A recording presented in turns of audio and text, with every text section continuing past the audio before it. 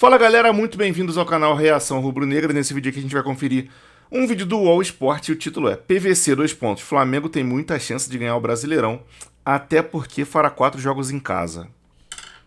Vamos ver. É bom, pelo menos ele falou correto, que tem gente contando o jogo de Uberlândia do Flamengo contra o América Mineiro como em casa também. Sendo que a galera fica, não, porque vai ter a maioria da torcida do Flamengo, então o Flamengo vai jogar esse jogo também em casa. Aquilo ali é no máximo campo neutro. E campo neutro, mas não significa jogar em casa. Jogar em casa diz respeito a você não ter um longo deslocamento, não ter que ficar viajando para jogar. E se jogar em Brasília, Uberlândia, Pantanal, Cuiabá, mesmo tendo maioria, você está jogando fora de casa porque você tem que ter um longo deslocamento, pegar um avião, ônibus, carro, Uber, van, para poder chegar no estádio.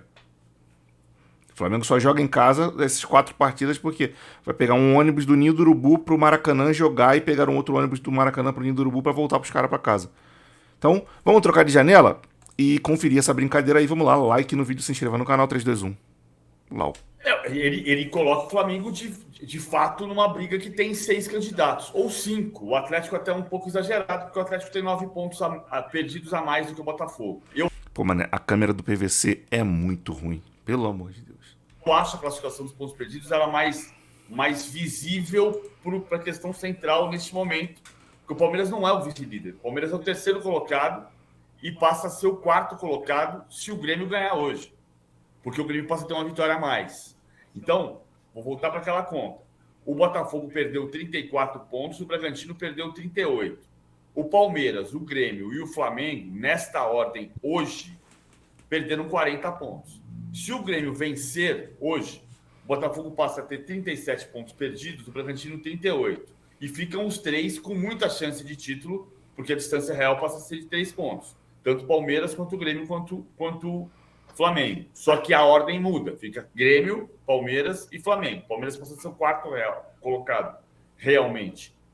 Acho que a classificação dos pontos perdidos, pelo número de jogos dispar, dá uma noção mais exata do que está acontecendo. E o olhar da tabela. O jogo de ontem me lembrou muito o jogo da queda do Filipão em 2019. Porque naquele jogo, 1º de setembro de 2019, o Palmeiras fez um gol que foi bem anulado no início. Ontem o Palmeiras teve uma grande chance com o Henrique rolando para o Breno Lopes, que desperdiça na frente do gol. Aí o Flamengo faz 2-0 no primeiro tempo. Como fez o Abel, perdão, PVC, o Abel até pontua, né, que na visão dele, os primeiros 10, 15 minutos ele achou que o Palmeiras foi bem e depois o Flamengo foi soberano. Além desse lance que você falou, tem o chute do Breno Lopes que o Rossi espalma também. Se o Abel Ferreira não tivesse ganhado tanto título no Palmeiras, ontem ele tinha caído que nem o Filipão e o Mano Menezes em 2019. Mas teve a bola do Everton Cebolinha e do Pedro do Pedro, que o Everton defendeu 2 vezes também. Eu falei isso no outro vídeo. Porque os primeiros 15 minutos foram nossos, as primeiras chances foram nossas. Nesses primeiros 15 minutos o Flamengo também botou perigo, pô. O Abel Ferreira jogou conversa fora, que o treinador tende a fazer isso, né? Pra não dizer que o time dele foi uma merda total, completa e absoluta. Mas os primeiros 15 minutos foram nossos. Pra querer valorizar o grupo, o jogador, pra não ficar mal com o jogador, queimando todo mundo. Mas a verdade é que o Palmeiras foi inoperante nessa partida. O Flamengo mostrou uma aplicação absurda. Os caras muito concentrados e muito bem escalados ali, muito bem orientados pelo treinador, pô. Foi outro patamar. Ontem, melhor jogo do Flamengo desde o tempo do Dorival. Me lembrou mais o lance do Breno, que era um lance claro de gol, com a comparação com 2019, quando o Palmeiras teve um gol anulado, bem anulado, estava 0-0. Aí o Flamengo faz 2-0 no primeiro tempo e completa a goleada, que podia ter sido 4, podia ter sido 5 no segundo tempo. A marcha do placar e dos acontecimentos foi muito parecido com aquele jogo de 2019 que derrubou o Filipão. A diferença, naquela época o Palmeiras tinha a chance de reagir, muda o técnico e não reage. O Filipão não caiu por causa do Flamengo daquela vez, caiu porque na quarta-feira tinha sido eliminado pelo Grêmio na Libertadores de virada e somado ao Flamengo. Então a soma Grêmio mais Flamengo não foi só Flamengo, foi Grêmio mais Flamengo e derrubou o Filipão. E daquele momento estava muito claro que o grande candidato, ainda no primeiro turno, ao título era o Flamengo. Hoje, eu não acho tão claro. Acho que o Flamengo tem muita chance de ganhar o campeonato. Até porque o Flamengo vai fazer 4 jogos em casa. 4 jogos que não são fáceis, né? O Fluminense não é fácil, o Atlético não é fácil, o Bragantino não é fácil. Mas são 4 jogos em casa, o quarto é o Cuiabá. E uma curiosidade desse campeonato. Incluindo o Atlético como um possível candidato ao título, se o Botafogo perder hoje, a distância do Atlético passa a ser de 6 pontos. Acho que o Atlético só é candidato se o Botafogo perder hoje. Se o Botafogo ganhar hoje ou empatar, o Atlético não vai ser campeão brasileiro. Acho que não, nesse campeonato que vai e vem. Mas a grande curiosidade é que os 6 vão fechar a campanha fora de casa. Então, ou tem campeão antecipado, ou o campeão vai fazer a festa fora de casa. Aliás, o último campeão a fazer a festa em casa foi o Corinthians de 2017. Todos os outros foram campeões sem jogar ou fora de casa. A gente vai pontuar depois na sequência aqui a tabela dos 6 até aqui concorrentes, incluindo o Galo nessa conta também da reta final decisiva, porque nesse campeonato é difícil de afirmar qualquer coisa definitiva. Muita gente já deve ter cravado. Eu vi até torcedor do Botafogo que chegou a fazer tatuagem. Não sei se é daqueles mais supersticiosos, porque... Hã? Confiante, hein? Pois é, então. E é o Pantera, que é um torcedor influencer aí do Botafogo, que é engraçado, fica sempre perturbando os vizinhos. Ele já tinha ali os anos de outros títulos do Botafogo. Ele incluiu, aí embaixo do escudo, 23. Então, assim, mas o botafoguense sempre é desconfiado. É um perfil já um pouco mais atrás. Eu vou fazer uma pergunta para o Rodrigo Matos em relação ao meme do Ronaldinho Gaúcho. Só antes, para a gente pontuar essa tabela final que o PVC falou do Flamengo, tá? Depois a gente vai falar de todos os times. O Flamengo tem pela frente nos jogos finais Fluminense em casa, Red Bull Bragantino em casa, América já rebaixado. Ontem o América decretou o rebaixamento definitivamente. Agora não tem mais chances, perdeu do Curitiba 3-0 fora. Então o Flamengo já vai pegar o América rebaixado. Atlético Mineiro em casa, Cuiabá em casa e fecha contra o São Paulo fora. Essa é a tabela do Flamengo. Repetindo. Fluminense, Bragantino, Galo e Cuiabá, os 4 em casa. América já rebaixado e São Paulo fora. É uma tabela, na minha visão, acessível, para usar o termo que é bastante... Só uma curiosidade. Diga. Só uma curiosidade. O Flamengo vai fechar o campeonato no lugar onde ganhou seu último título e o Atlético também.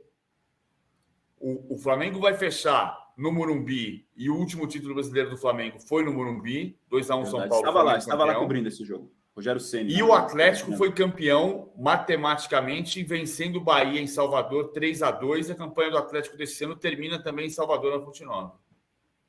Boas lembranças. Dito isso, Rodrigo Matos, o meme do Ronaldinho Gaúcho é real? Estão deixando a gente sonhar?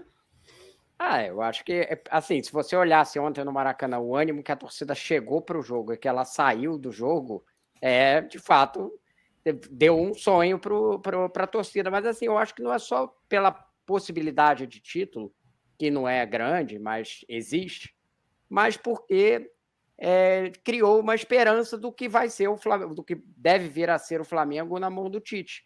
Ele mostrou coisas ali do que determinados jogadores podem atingir do seu potencial na mão do Tite. Então, eu acho que tem uma boa notícia, que tem uma possibilidade de um título que hoje ainda é improvável, e do outro lado tem uma boa notícia, que é a perspectiva do que vai ser esse Flamengo de Tite. Aí a gente viu Pedro, que era um jogador que não fazia gol de bola rolando há muito tempo, 3 jogos seguidos ele faz gol de bola rolando, fez 4 gols, né, nos últimos 3 jogos, porque o time está criando chance para ele.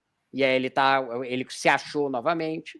Ele conseguiu jogar com 2 pontas, coisa que não funcionou de jeito nenhum com o São Paulo, tendo aí o Cebolinha e o Luiz Araújo, os dois com muito boa atuação. Cebolinha dominou a bola no segundo gol, que é o primor o domínio dele, né? E o cruzamento para a Arrascaeta para o gol. E o Luiz Araújo jogou um bom jogo também, conseguindo recompor, está num ritmo mais futebol brasileiro e menos MLS, digamos assim.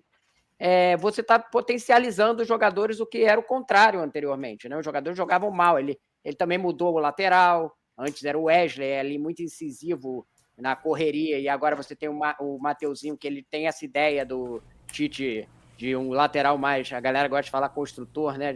Irmão, não tem essa, porque ele trocou o Wesley porque o Mateuzinho vai ser o lateral mais construtor, e o Wesley é mais incisivo pelo ataque. Mateuzinho era o lateral em muito tempo mais incisivo que o Flamengo tem. Mesmo nos tempos do Rodinei, o Mateuzinho tinha um aproveitamento melhor de assistência dando cruzamento. Mateuzinho é linha de fundo por habilidade. O Mateuzinho ele é ruim justamente marcando, que é o que o lateral construtor faz. O Mateuzinho não é um bom marcador, só se o Tite conseguiu fazer o milagre. A questão não é que o Wesley saiu porque o Mateuzinho é mais construtor. O Tite pode meter essa pra poder não queimar. A questão é que o Wesley saiu porque ele é, com todo o respeito que eu tenho pela pessoa do Wesley, não o conheço, o Wesley é muito burro. Ele não tem a inteligência de um jogador e isso vai muito distante do fato de ele ser um moleque novo. Porque a gente vê vários moleques novos aí que têm inteligência pra jogar futebol. Muitos moleques novos que tu vê aí entrando em campo jogando com a cabeça no lugar. O Wesley não é esse jogador. Não sei se ele vai se tornar. Mas hoje, falta inteligência a esse jogador. Ele tem um porte físico, ele tem uma habilidade até, tem a velocidade, tem a força, mas o que ele não tem é o cérebro pensante. Porra, ele faz umas faltas, comete umas faltas perigosas, faz pênalti, jogada nada a ver, deixa buraco na marcação, coisa que um cara com um pouco de inteligência não faria. O Wesley com o cérebro do Felipe Luiz seria um lendário, pô. Só que ele não tem. Com todo respeito, eu não conheço o Wesley, parece ser um garoto super legal, um moleque de ouro mesmo, legal, gente boa mesmo de coração, mas como jogador de futebol, falta inteligência a esse jogador, e eu espero que o Tite esteja trabalhando isso na cabeça dele, porque não tem como, pô. Eu tava vendo ele jogar toda a partida sentindo saudade do Mateuzinho, sentindo saudade do Rodinei, até saudade do Pará eu senti, pra vocês terem noção. O Wesley, ele tem ali, ele é provido de de características, mas a inteligência faltou. A questão do Wesley não é essa, porque ele é muito incisivo, o Tite gosta do lateral construtor que joga por dentro. Mateuzinho nunca foi esse cara. Mateuzinho é mais incisivo que o Wesley, tem mais habilidade, inclusive, só que é um marcador ruim. Se o Mateuzinho aprender a marcar direito, legal, fechar a linha de 4, se comportar bem, aprender a jogar por dentro também, porque não? Tem o Felipe Luiz para auxiliá-lo, ensinar ele como que faz isso. Mateuzinho vira um lateral importante aí. Porque é ruim, o Mateuzinho não é. O Wesley também não é ruim, mas, pô, enquanto não se tornar um jogador inteligente, fica bastante complicado. Ele conseguiu a vaga no acaso, Mateuzinho com fratura, o Varela não se firmando, etc. Caiu no colo dele a camisa de lateral direito. Ele era para ser um jogador mais preservado no início e entrando aos poucos, acabou tendo que assumir a vaga no time. Então, a volta do Mateuzinho é um presente pro torcedor aí. Eu acho que tem tudo para crescer no Flamengo o Mateuzinho, comandado pelo Tite. Fica a impressão que ele tá com um martelinho ali construindo alguma coisa, mas é um lateral mais armador, né? Então ele tá construindo ideias que funcionaram muito bem ontem.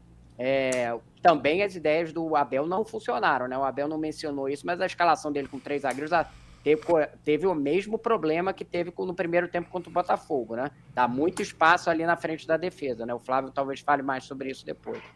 Mas então, sim, o Flamengo vai sonhar, vai ter essa perspectiva do deixou chegar, mas pelo menos até sábado vai estar esse papo aí. O ânimo que era lá para baixo, agora tá lá no alto. E essas coisas, às vezes, o PVC falou muito de pontos perdidos.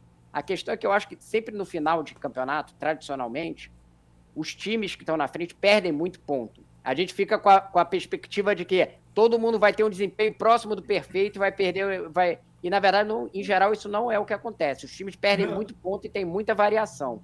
Acho Por também que eu concordo. A classificação por pontos ganhos sempre é mais visível.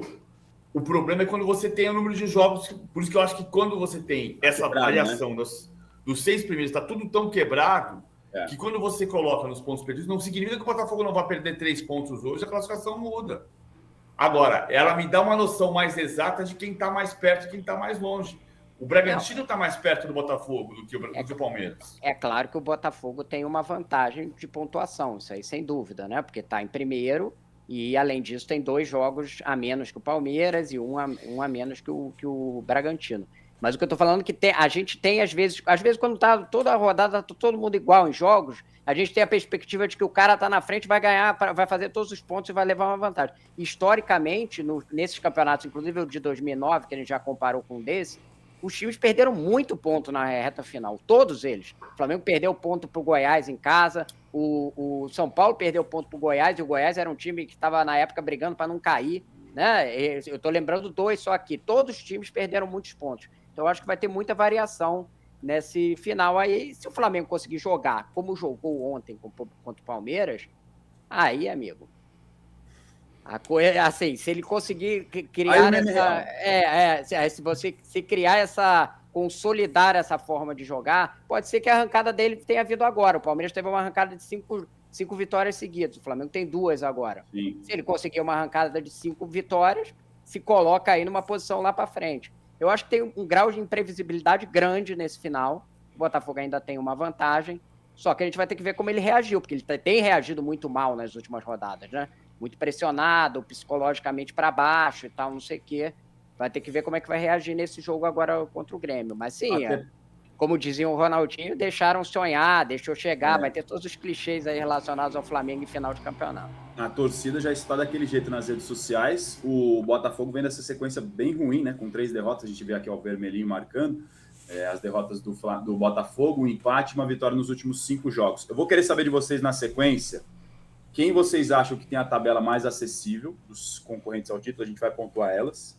E se esse campeonato começa a se apresentar hoje, começa não, já está quase no final, mas se ele se desenha na reta decisiva mais emocionante do que do 2009, ou tanto quanto. Mas antes eu quero saber do Flávio, o que ele acha que motivou essa versão paz e amor do Abel Ferreira depois do jogo de ontem, ou se isso já é uma construção recente do técnico do Palmeiras? Eu não sei se é uma construção recente, porque se vocês se lembram, depois que o Palmeiras venceu o São Paulo por 5-0, ao invés dele exaltar o time, ele mostrou o lado combativo dele, né?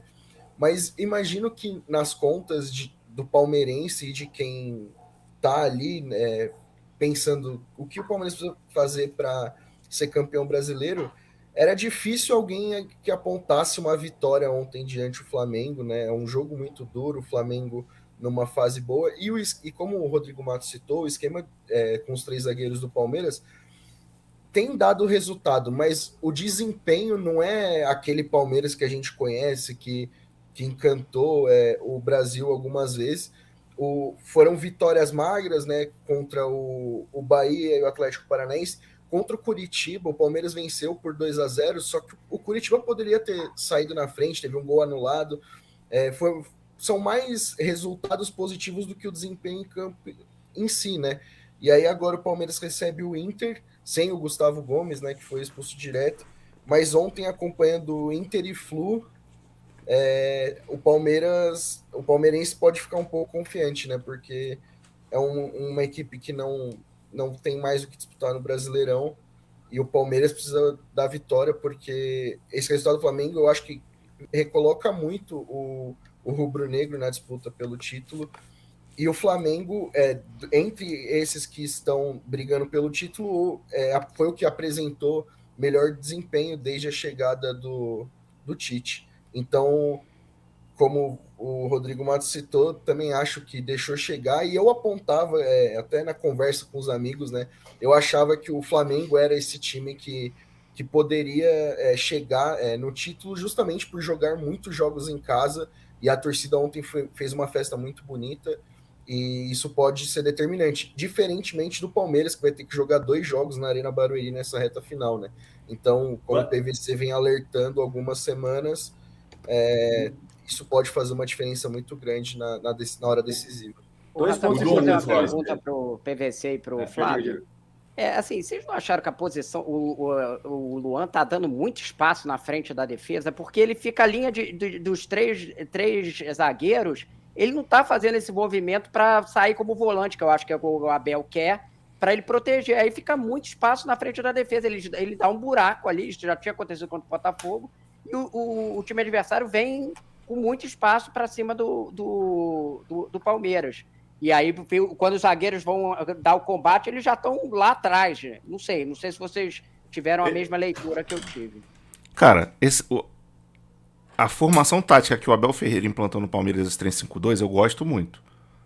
Desde que o cara não faça uma linha de 5 na defesa, fazendo o lateral voltar para marcar. Se jogar no 3-5-2 de fato, eventualmente com um volante mais de marcação para ajudar, e todos os zagueiros se concentrarem no seu espaço, jogar com uma formação de defesa mais avançada para não deixar o jogador ficar já tacando bola nas costas, etc. Funciona.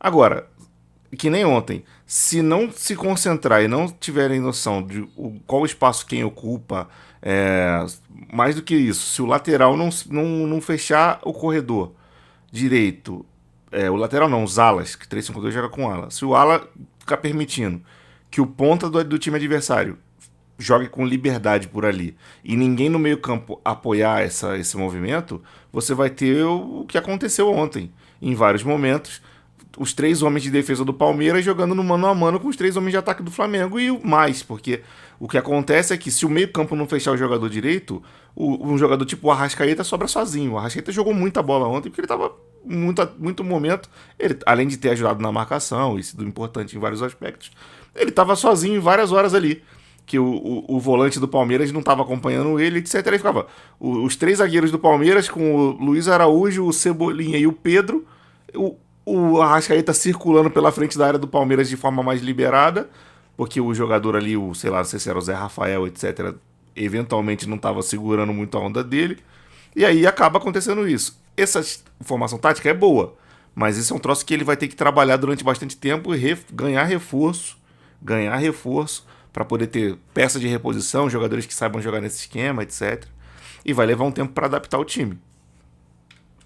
Eu achei que foi mais o Gustavo Gomes, porque eu acho que o desencaixe se dá pelo fato de, diferentemente de 2021, quando o Abel fez uma linha de 5, porque o Abel ali entendeu que tinha uma montanha para subir, até o texto que ele escreve para o livro dele dos técnicos, esqueci o nome do site. Ele fala que tinha uma montanha para escalar. E ontem a impressão é que ele não achou que tinha uma montanha tão alta para escalar. Ou seja, ele foi para jogar contra o Flamengo para jogar contra o Flamengo.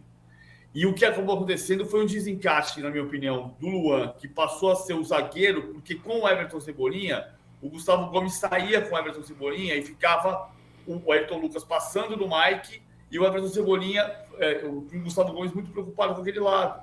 Então o Gustavo Gomes escapava para o lado e deixava o Luan como zagueiro, não como volante.